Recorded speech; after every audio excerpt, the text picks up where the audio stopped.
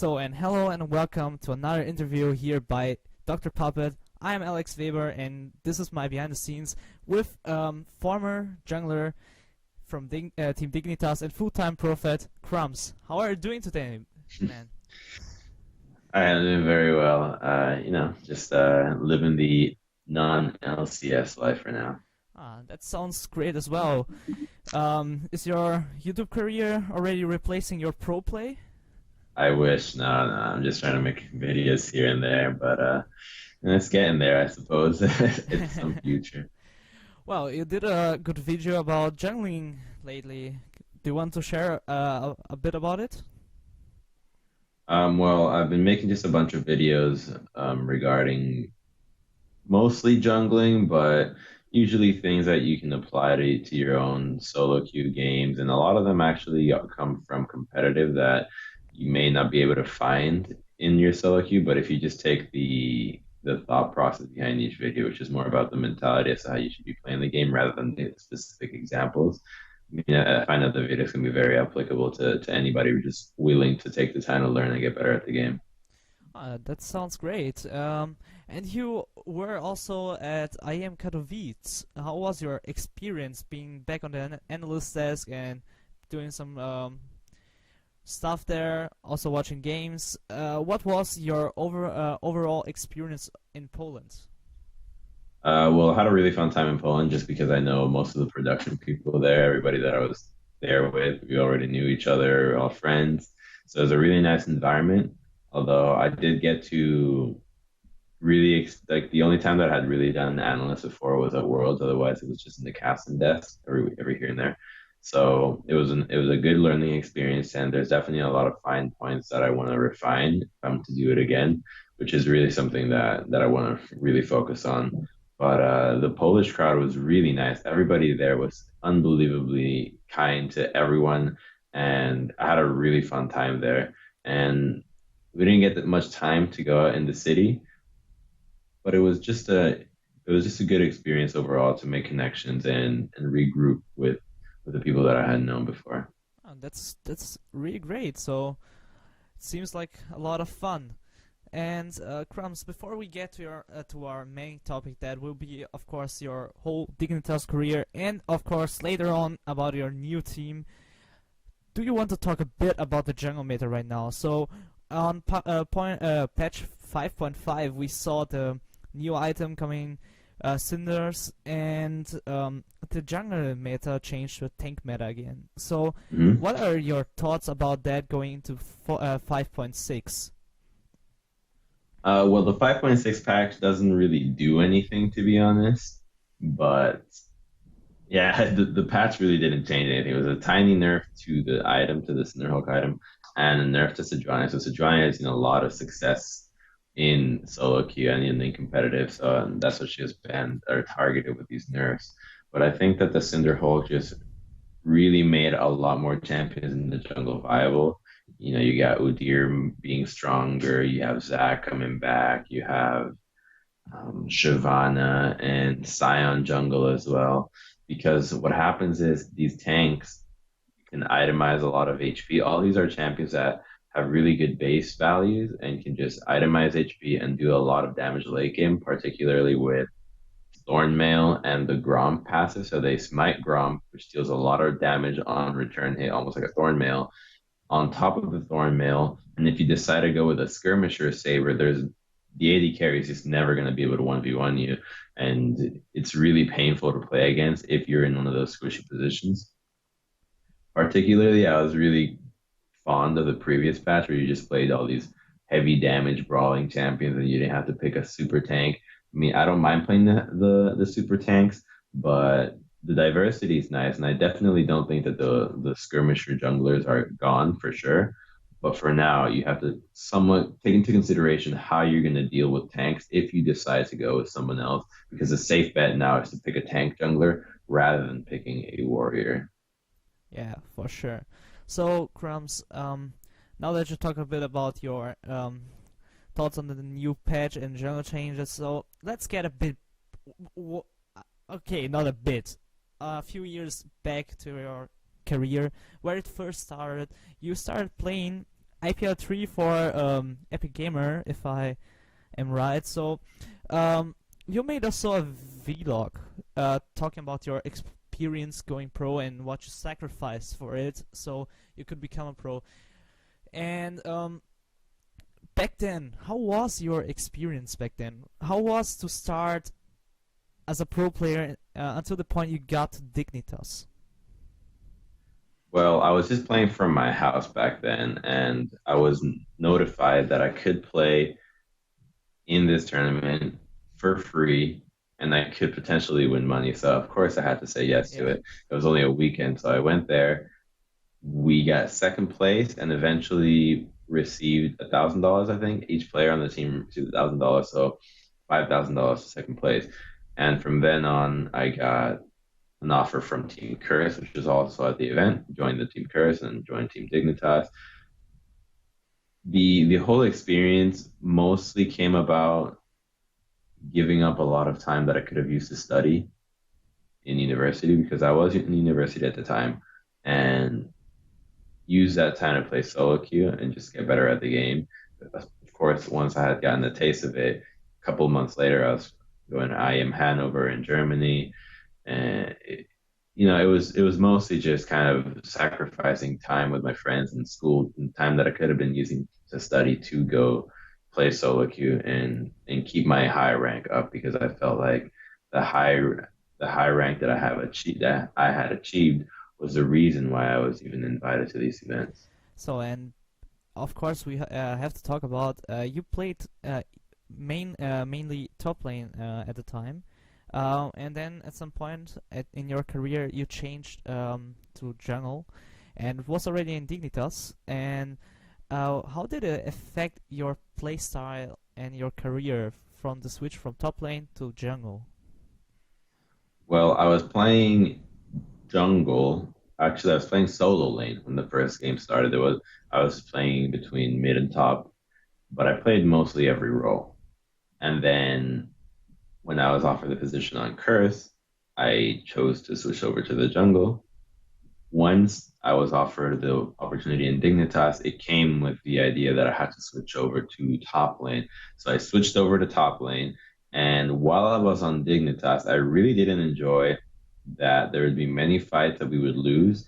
And all I had to do was just sit there in the top lane, watching my team lose a fight, and I couldn't say anything about it. There wasn't really anything for me to do. We just lost these fights, and it was really unfortunate. So I wanted to make a change for it, and I felt like a change to the jungle would really benefit me because I would be able to have a decision as to how the game turned out. Ah, that's So once Dom was banned from, he oh received a yeah, ban, right. a 1 year ban. The offer was either I stay in top and they look for a jungler, or I stay or I move over to the jungle. So I chose to move over to the jungle. I gotta seize the opportunity, go back. I was having a lot of success jungling on Curse, so I'll just jungle for Dignitas. Worked out. Yeah, worked out a lot. And so we're gonna go a bit forward. We're gonna skip that part pre LCS era to go to the Team Dignitas that was the LCS era in season 3. Back in the days, it was Patoy as support, Cutie as AD carry, Scarra in the mid lane, you in the jungle, and Kwikid at the top already. Yeah, Kwikid at the top. And so the fans loved you guys. Not because you, of course, had your ups and of course your downs, but they always loved you because your camaraderie and your friendship, and that was always the things the fans most loved about your team. Until the point Scarra got to leave. So the thing is, how was the environment back then with these guys? The fans really enjoy the whole camaraderie, but I don't think that was. I think they failed to really see what was going on. Rather than seeing 5 people that were super friendly with each other, I think it was just 5 people that was their personalities. It's not that they really got along with each other. It was more so that's just the way they were. And I suppose on the excerpts that you show on camera, if that's the only thing that appears, and you'd create that image for the person, especially if that's how they stream. So I think that was a whole misconception because there were a So lot of team struggles even back then. I mean, I don't think there were many people that got along with each other, be it either personality or just let somebody else's play um, affect how they would behave outside of the game. so how to who were you closest with actually? I'd say during the entire time of Dignitas, there's the only people I've been close to have been Dominate, and then he left a while ago, and then Zion Sfarim. So at the time with the roster that you mentioned, there wasn't anybody that I was really close with. If anything, I'd have a similar sense of humor with Cutie Pie, so we'd be able to joke around quite a bit. But our mentalities towards the game were really different. So it was really nothing more than that, unfortunately. Uh, it's actually sad. But well, so let's get a bit forward because you at some point in time changed the support player and you dropped Patoy and moved Kwikid from top lane to support. And you got Cruiser the Bruiser as your new top laner. What was the idea behind this decision? And how much did the management influence that? I don't actually remember much about this particular decision, especially the part about Toy leaving. I know we had a lot of problems with him, not just not just in his play, because I think the whole issue was that we felt like Cutie Pie was a bigger asset to the team than Patoy, and they were having a lot of struggles within themselves. So we felt like, okay, well, we just have to replace Patoy. And I think his performance was also dropping a bit at the time, or had gradually worsened, and the attitude was really just rather toxic towards the team. So the decision was to look for a new support and also a new top laner, but it was Cutie Pie's decision to keep Kiwi Kid and move him into the support role because him and Kiwi really got along very well, especially because after that split ended, I think everybody left the dig house except Cutie and Kiwi for like a couple of Oh months. yeah. So they got bonded with each other for quite some time. And then after that, Cutie really wanted to keep Kiwi. And I think I personally was against that decision at the time. I really did not. I felt like we needed both a new support and a new top laner. But eventually, I mean, when it comes to almost a democracy, which is what it was at the time, Kiwi Kid ended up moving to the support role, and that was before the Cologne tournament, I believe, where we faced the newly crafted elements as well. Yeah. So, as for Cruiser, we had some tryouts, and eventually he was the one that we sided with over everybody else. He was just a solid player all around. And then eventually we replaced Cruiser, and I had absolutely no say in this, and it just kind of Yeah, came. we'll get to that later, because I have this as a title as era. But first of all, I want to know was it this management or more a team decision? Because as you mentioned, the environment wasn't perfectly for a team to succeed because everybody had a different mindset on how to play the game and it wasn't working out that well for you as well. So, was it more a team decision or more a management decision? I'd say it was a team decision that eventually won over management because everybody felt like the team environment was really dragging down the team. The atmosphere that was created before really had a negative impact in everyone's performance and attitude towards the game. So it felt like with the move to Kiwi to the support role would mean that the bot lane would get along very well and should eventually overcome any attitude problems that came about, which may not have been the case because I felt like at the time when the idea was brought up, I felt like, you know what, this is too much of an extreme. I think they goof around too much and it's not going to work out. which I think in the end I was right about that, but I really don't have too much memory of particular instances at the time. But it eventually, once the players bring up the idea to management, like it's usually just on them, and then management just okay, well this is what the players want. They've been asking for this for like the entire couple of weeks. Might as well go with the decision. All right, so that seems pretty accurate. So, so before you got your new top laner, or what I'll say the next big team movement or an lineup changes came, Scarra left the team, and um, what was behind all of that? Why did Scarra leave the team? Was it also more a team decision, and the management took that over, or did it came more from the management part? Now, do you mean when Scar was out of the starting Yeah, roster, yeah. or recently when he moved out of W- when he moved to CLG? Both, actually, because it started by him dropping for 1 or 2 weeks, I remember, and then Golden Glue subbed, and then he Ah, came back for yes. 1 week or two, and then he left completely.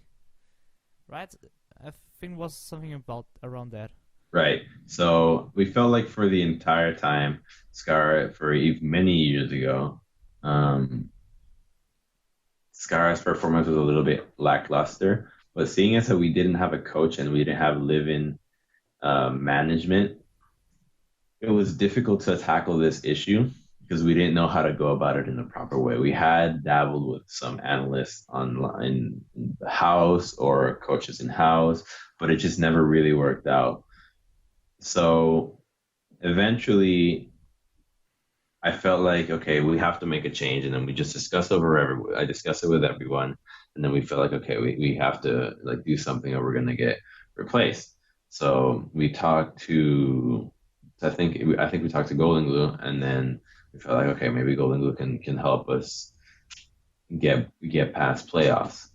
And then it turned out that that wasn't the case. And I probably think that Scar felt rather backstabbed at the time because of that. And I think at one point we called him back and we said, look, we need you for playoffs at least. And he willingly agreed to do so. I mean, out of the kindness of his heart, I assume. So Good guess, Kara. yeah, so he did that, and then he helped us out winning playoffs because the environment was a lot worse. Because even though Scar may not have been mechanically sound, he really was a pillar in the team because you'd really know what to expect and you'd grown to play with this person, so it's a lot easier to handle than somebody that's completely new.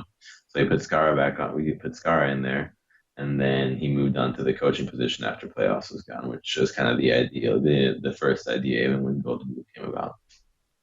All right. So, uh, how did all those environment changes and team changes affect the overall performance of you and your team? Because alone in this time, you made not only the changes from getting rid of Patoy and getting Kiwi to the support position and a new top laner, you also had for a certain time a new mid laner in the team.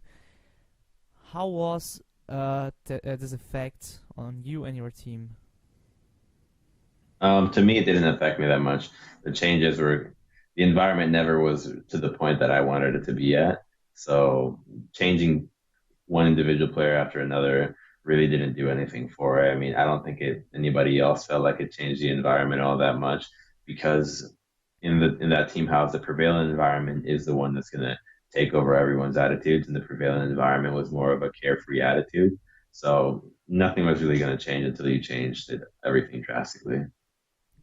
Alright, so we're going to the next and new era, the Season 4 era of Dignitas, when Shifter and Spartan actually joined the team, and you started really, really great. I think you had a 7-0 or 6-0 start in the LCS split, and um, it went a bit downwards then the middle, and you got yourself back in the playoffs.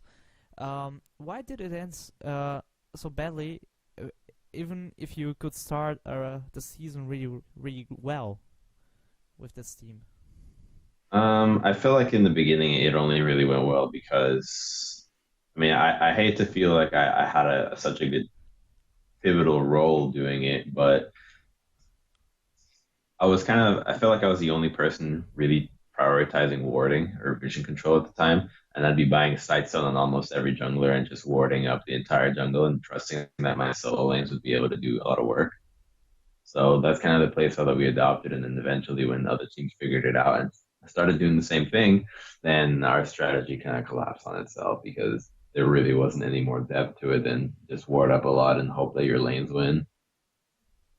Because everybody, instead of trusting it to be an environment of, oh, you know what, let's move as a team and do that, it's like, no, let's trust that each person can 1v1 and 1v1 and 2v2 the other one and just win this way.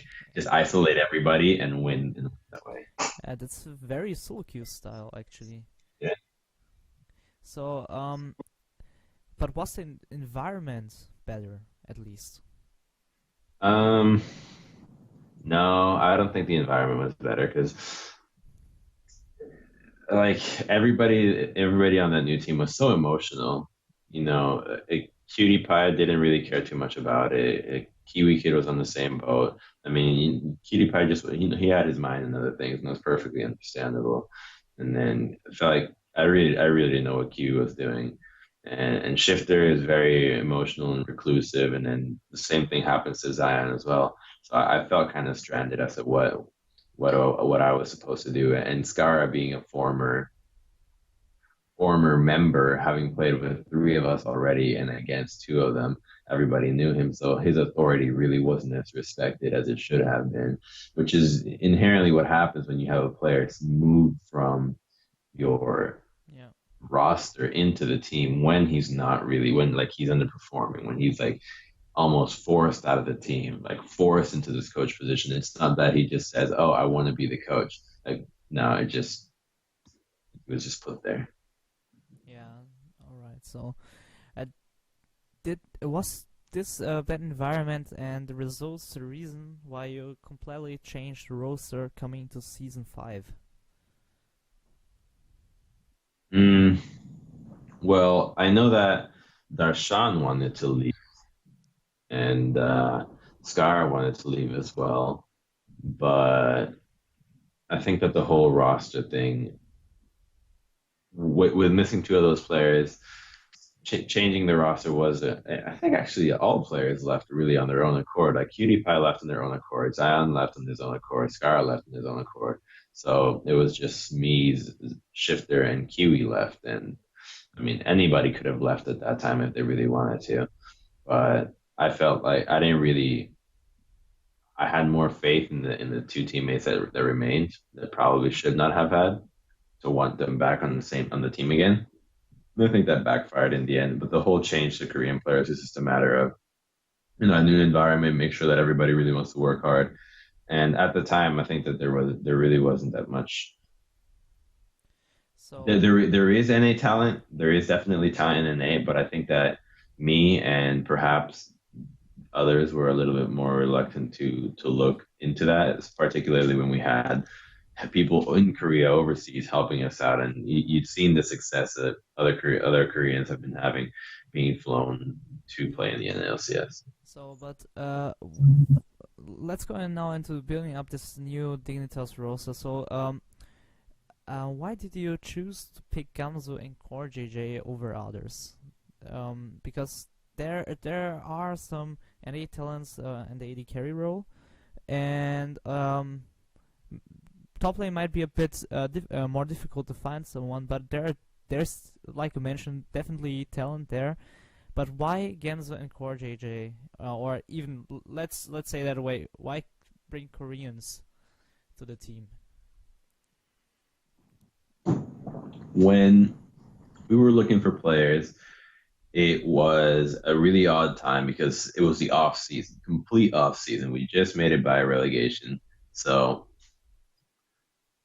Um, I was actually on vacation at the time, and I was in Japan for a large part of this, and I wasn't really I wasn't really able to fully scout everybody, and we kind of had agreed, okay, we're gonna have Shifter and we're gonna have Kiwi back, so I'm gonna trust them to look over it. And then I think management had actually suggested, look, here's Milixia, here's Gamsu and JJ, and I was really pretty much the deciding factor as to who do we really want. Like it was really like they were just saying, okay, they're good, they're good. So I was just on their word about that, and everybody that had really sent an application, either we overlooked it and didn't really see how good these people were. We didn't trust them and give everybody that we should have a tryout for it. So I think that had to do something with it. But as for Core and JJ, Gamsu and JJ, felt like, okay, if we bring one person in, it's going to be very difficult for them to adapt in this environment. So why not bring two in so that they feel more at home with each other, and they can, it's a little bit better because you know the troubles that one person moving overseas can have, and it'll be a lot better because Gamsu and JJ had already previously known each other. So based on that, I'd looked at their games, I'd spoken to them on Skype, other people had spoken to them, and I think definitely the biggest thing was that we really overlooked perhaps everybody else's applications, but we could not have known at the time because I think that looking back on it, the players that applied are a lot better now than they were back then. So bringing them in, I just felt like it would be a nice change of pace because we all really wanted to work hard, and we knew that the Korean mentality was just to play a lot and really, really grind down, not necessarily grind down, but just buckle down and be serious about it. And that's kind of what we wanted to, or what I wanted to bring to the team because that's the attitude that I have, and I felt like, okay, this is going to be a good change. And by maybe it sounds that way, but by no means I'm trying to make it be like trying to make it sound that it was anybody else's call. Like I ultimately had the final say at them, I think, as to bringing them in. So I wanted them to be on the team, and I mean the previous rosters that they were on they were doing pretty well. I mean Gamsu was on Samsung Blue, and you can't discredit, like, everybody has been noticing that Gamsu is a really good player, and Yeah, sure. CoreJJ has been a little bit lackluster here and there, but he definitely has a lot of really hard carry games. So the one thing that we did that I definitely didn't oversee was, or could not have known, was how badly the cultural barrier would be. Obviously, we planned a lot for the language barrier, but for the cultural one, I don't think there's any way we could have accounted for that because out of everybody that I had spoken to, nobody had really mentioned that one. Okay. So, of course, you had to take the captain role of the team, and how was the communication between the games, and how was it to be the captain of the team? Because it is not a normal situation because you have to deal with a lot more than maybe usual teams would have with no imported players. So, how was your experience, and what did it take for you to do this role? I feel like I didn't really perform it. The captain thing, I think, was mostly based on the fact that I had a large part of the roster control and was able to make decisions about that and kind of lead the house. I was paying bills, I was doing errands for the house, which was kind of lame because I don't think that's the way it should be. That should be like somebody else's job to actually do that. And I think that everybody in the esports scene is kind of realizing that now. But as for when it came to the in game, a lot of the early game communication obviously falls in the jungler's lap, and it was difficult to do so because on the top lane, language barrier, didn't really understand what to do there. In the mid laner, Shifter just kind of keeps to himself, so not much to do there. In the bottom lane, Language barrier, JJ's English is a little better, but it's still a language barrier. And they really showed that Kiwi's idea to play as to how to play the game was immensely different than mine. He plays the game completely different than how I want to play the game. And every single time it would just be conflict. Like we'd always have conflict. Like, okay, this is really difficult to do because like he wants to do one thing, I want to do another. Like he wants to be a gank, I say it's too dangerous. Things like that, and it just never really worked. So it got to the point where any call that I made would just not really be followed, and so much so that I'd even second guess myself and kind of shut myself down and not even try to make a call because I know it's not going to be followed. it's not going to be trusted. And it was kind of it was a really bad environment to be in. And even outside of it, it was kind of difficult to be the I guess captain in the group of like 5 people, just because none of us had similar interests either.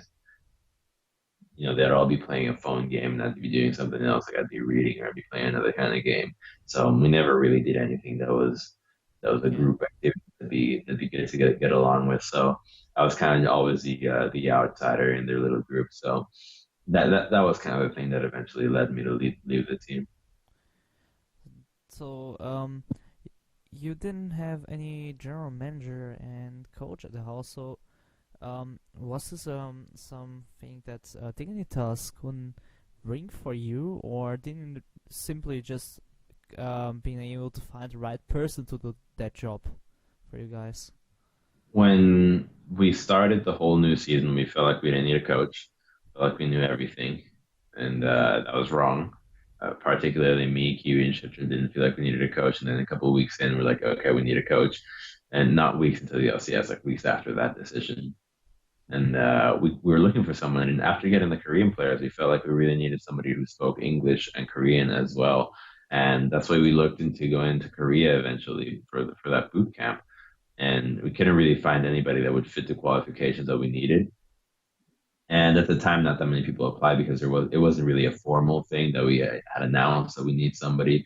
It was just kind of like out of the limelight asking. And we have managers, we have everybody taking care of us, but it's just a matter of not being able to be remotely. I mean, Melixio had been doing an incredible job. Like I don't want to discredit anything that he had done just because everything he had always done was in the team's best interest. And he would really sacrifice a lot of what he was doing just to help us out. Like he lived a couple of hours away by airplane. He'd come down every week for a couple of days, like take shitty hours, like sleep on the floor because there was nothing else allowed, just to like help us out there. So he was definitely a huge thing. And if he wasn't there, I think the team would have collapsed. Like, whoa, it would have been really ugly. So I think that he was doing a really good job as to managing as best he could from remotely, and it kind of like it'd be almost like a roller coaster. When he'd be there, it'd be like really good, and then when he'd leave, like be there like really good, like kind of like that. So So I actually needed him all the time in the house. yeah, but it's difficult because he has another position within Dignitas. So I mean, I think that he's a great manager and whatnot, but it's just difficult to do that position from overseas because he has all these responsibilities as like he's a streamer, he has his own businesses. So I can understand, and by no means I think that he should have given up anything to kind of stay with us at all these time, like all this time in the house. So it's kind of a weird situation, to be honest, just because I felt like the players weren't really doing so well in communicating what was happening to the team environment. Like nobody was really going out of their way to message, myself included. Nobody was saying, "Look, I feel like this is happening," and if they were, then that's none of my knowledge. But at least for myself, like I wasn't really saying, "Look, like something's going wrong here." And like, yeah, I felt like when Melixer came here, he kind of knew that already. He could tell. He's a smart guy, so he definitely can tell. And at one point, like he kind of came out to us and told us that, like obviously he can tell. So I think that the players did a poor job in that. But we did make it clear that we needed a coach, but a coach almost like a man, almost like a Yeah. babysitter, really. Somebody to just be in the house and look after things and not be going downhill. For instance, in the Korean gaming house, when things were going bad, like as soon as one game was bad, the coach would be like, "Hey, look, you guys are getting emotional in these games. Like, come on, keep it down, like keep it together." And then same thing with the translator that we had. He'd also be able to tell and he'd help us out as well. He'd say the same thing, be like, look, like, don't get emotional in these scrims. Like it's okay, it's a practice. So that really wasn't there. And it'd just be a matter of like it really weighs down on you after every scrim when you're playing. And then like you lose 3 scrims in a row, you go 0-3, and then it's just like silence Yeah. after the games are done, each game, you're just like, okay, more That's like. and then everybody just like goes their separate ways and goes either there's no one there to rally everyone. Okay, let's go do this. Let's go do something. Even if you go, yes, there's like silence throughout the entire ride. Like okay, it's really it was just a very bad environment. That's I think everybody should have stepped up, and probably a coach would be really good solving would really solve the issue right there. But do you think that Dignitas helped you enough to get you there, or to try to find someone? Because if they only got a coach on week 5, and that's really strange for the new LCS rules, that you have to have a head coach actually, and um, how much could they provide you to help you in the situation? Because it's like a situation you players wouldn't get out there anymore without any neutral help. I think they helped. They did everything they could, really. Particularly as I mentioned again, Melissa did everything they could. They would legitimately ask us, "What do you need? Anything do you need? Like, do you need shirts? Do you need water? Do you need food? What do you need?" And we'd be able to disclose that. But I think it falls upon the players just not being able to communicate what was happening within the team environment and really what was needed. Like, you need a psychologist, you need a dietitian, like go to the gym, all these kinds of things, and none of that was there. So it was I would blame it more so on the players' fault, and yeah, I'd say most of the players. And to be honest, I probably just have to blame myself for it because because I was put in the coach position. I was given the responsibility to take over the team, to like even do the roster thing, to really almost manage it. Not really manage it, but just kind of deal with these things and communicate to upper management. And I failed to do that. I really didn't communicate any of that, and there's really no one else to blame for that. But like there was just a point where I felt like action won't be taken as quickly as we could have. The house felt really isolated, and there wasn't really anything I felt like I could do within my own team to change their perception of me. Like we just didn't get along on any level really with anyone. So I feel like that's what made me not even bring it up to management as quickly as I should have, just because I felt like there's just nothing that they could have done. Like how do you fix one player just being so completely um, almost shunned out from the rest of the team? All right, so looking back to the whole season 5 Dignitas issues, um, what did you learn? And you would say for teams or newer teams, newer organizations and coaches, um, what should they look for to not let such kind of environment happen in the first place? Well, it's just like those free range eggs, right? Happy chickens make happy eggs. So you got to keep your Yeah. players happy, and it really falls down on the players a lot unless you have somebody constantly looking after them. Like if we had somebody there from the get go, it would have been it would have been great because none of this would have happened. The person can see this happening and just okay, puts an end to it right then. But right as it develops, it becomes a lot harder to get rid of. That you bring somebody else in, maybe it's too far gone that you just can't get it out there. So I think the most important thing is just starting from the get go with somebody that can deal with these issues between players and between like in game, out of game, and just really making sure that the relationship between the players is a good one because if you're not like if I don't get along with someone, I'm gonna have like I'm not gonna feel like oh I want to help this person in the game that much. And it's unfortunately true. It's not that I make a conscious decision about it. It's that I'm naturally gonna drift to the person that I get a lot more along with because I could feel like okay I understand this person a little better. I kind of maybe I have a better sense as to how he's gonna play the game out, things like that. So I think that they're definitely getting along, at least to some degree. It's not like you have to be best friends. Like you just have to not mind each other, really. That's as far as it needs to be. You just, no, I don't mind him. Like I can go hang out with this person, things like that. it's not like, oh, we're best friends. Like we can go to the beach together. We do all these things together. You just have to not mind the other person. Like you get along with everyone just fine and maintain an environment like that. So just starting from the get go, keeping somebody that can keep everything in check is the most important thing. All right. So, you closed your Dignitas case, and if you could use one sentence to describe your whole Dignitas experience, how would you describe it? Mm, learning, self-learning, really. It was just like a full-on learning experience as to how people work as a team, in how to manage myself in the team environment, how certain periods of time and relationships affect your mental health, how to keep yourself healthy, keep your emotions in check, things like that. So it was a huge learning experience that I think I'll be able to really take with me for the rest of my life. And I don't regret it by any means because there were so many things that I did that were probably really bad and could have been fixed, but that's why it's a learning experience.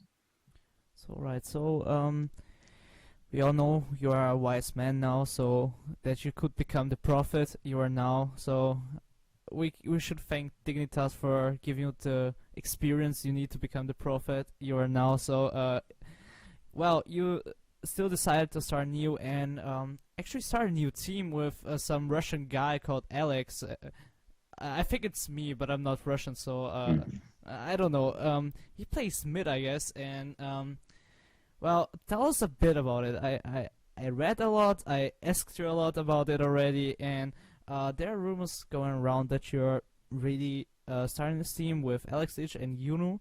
Yuno is your supporter, I think. And what is the actual lineup, and who are trying you out? And tell us just a bit about your new team. Well, right now the team is we've been playing with RF Legendary in the top lane, myself in the jungle, Alex Ick as a mid laner, C Intense in the AD carry position, and as a support. And it's a great team. I'm really enjoying it so far. We've just been scrimming recently because I got back from Katowice and we couldn't practice that much then since I was away. But I feel like we all get along well, and it's really I couldn't ask for a better team environment, which is why I'm really enjoying it. The only downside is that we have to wait so long to try to get into the LCS. Well, enough time to get all your four guys on the team to profit level, so you all can become Zen Masters to LCS. We legitimately have to wait like almost a year. Oh damn! Oh, It's a long time. yeah, that is. So I've heard you are scrimming LCS teams, That's right. and how have been the scrims so far? Well, I mean, scrim results aren't anything, and I really don't want to build up too much hype around anything because I want to keep improving. But things are going very well. Like I I don't want to get any complacent just because of how much time there is between our actual chance of getting into the LCS, which would be by the end of this year, like December, perhaps even January of next year. So it's a really long time. Yeah. And our scrims go well, but I just want to keep improving and making sure that we refine our play. And if we could go every game really with a solid plan and sticking to it and making sure that it's almost like a drill, just practice it, and practice it. And the difficult part is going to be if we can stay like this for the entire time that we need to. And this sounds like a really hard challenge, but so since you have a long plan, what are your long time to wait for LCS to even get to the LCS? What are your current plans for the team? For now, I mean, we'll eventually move into a gaming house once the Challenger Series begins, which we have plans on playing into it. Obviously, we're not qualified just yet, but it's only a matter of just getting high ranking in the fives ladder, which I think is rather achievable for us. And that's it. Just move into a gaming house, practice with each other, and really get to know each other over the next half of the year, and get ready for the LCS in between them, because that should be a really fun time moving into the gaming house, because we all get along, so it should be fine, really. And the most important thing is that, as I mentioned to you before, how do you deal with a team environment really degrading? Is that we have plenty of staff taking care of us, and making sure that, like, scrims are set up, like, we're happy.